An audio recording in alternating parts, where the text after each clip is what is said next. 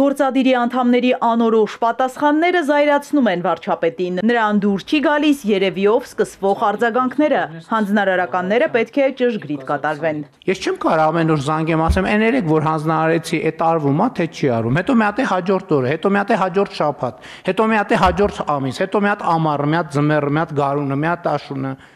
Այս ռեժիմով չի լինի աշխատել։ Մարդկանց գույգահարկն իրենց պարգևավճարների, ճոխ մեքենաների ու գործուղումների վրա չի ծախսվում, վստահեցնում է Փաշինյանը։ Համայնքների բարեկեցության ապահովման համար կարևոր է համարում փոփոխությունն, ըստ որի համայնքի բնակիչն ինքը կարող է որոշել, թե գույգահարկի գումարը որտեղ պետք է ուղղվի։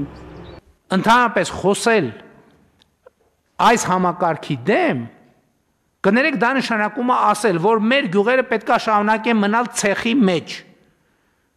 Եթե չունես կես մետրանոց ռեզինի սապոգներ, նշանակում է դու պետք է գյուղում տնից դուրս չկարողանաս գալ։ Մեր օրենքեզ նախագիծը նրա մասին է, որ մենք մեր գյուղերը ցեխի միջից պետք է հանենք եւ մենք գյուղերը ցեխի միջից հանում ենք։ Փաշինյանը չի կիսում ընդդիմախոսների քննադատությունը, թե իրենք թույլ իշխանություն են, ասում է նման որոշումներ թույլ կառավարությունն ուղղակի չի կարող ընդունել։ Կրկին անդրադառնում է չարչրկված ասֆալտին։ Ոչ մեկ չի հիշում, որ ասֆալտ հասկացությունը ուղիղ կապված էր ընտրությունների հետ։ Կար ընտրություն, կար ասֆալտ, չկար ընտրություն, չկար ասֆալտ։ Ընդ որում տեխնոլոգիական լուծումներ կային, հավաքովի ասֆալտ, փռում ես, ընտրվում ես, մնում ասֆալտը, չես ընտրվում, փաթաթում տանում ես մինչև հաջորդ ընտրություններ։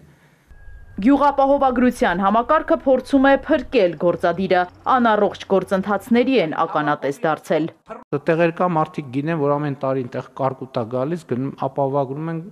գնում ենք այդտեղ հատուկ այդտեղ, որ երբեք նախկինում վերջին 20 տարում այդտեղ ոչ մի բան չէին կարել, տանում ենք այդտեղ ինչ որ բան ենք ցարնում, ու նստած սպասում ենք, որ կարկուտը գա, որ գնանք ապահովագրությունը ստանանք, ու տենց ամեն տարի։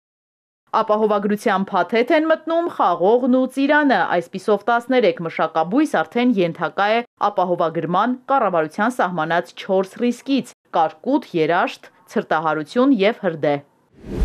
Անահիտ Ավանեսյանն արդեն ճեպազրույցում խոսում է Գյումրի այցի մասին, լրագրողը հետաքրքրվում է արդյոք դա բուժաշխատողներին ուղղորդելու ազդակ չէր։ Վայ,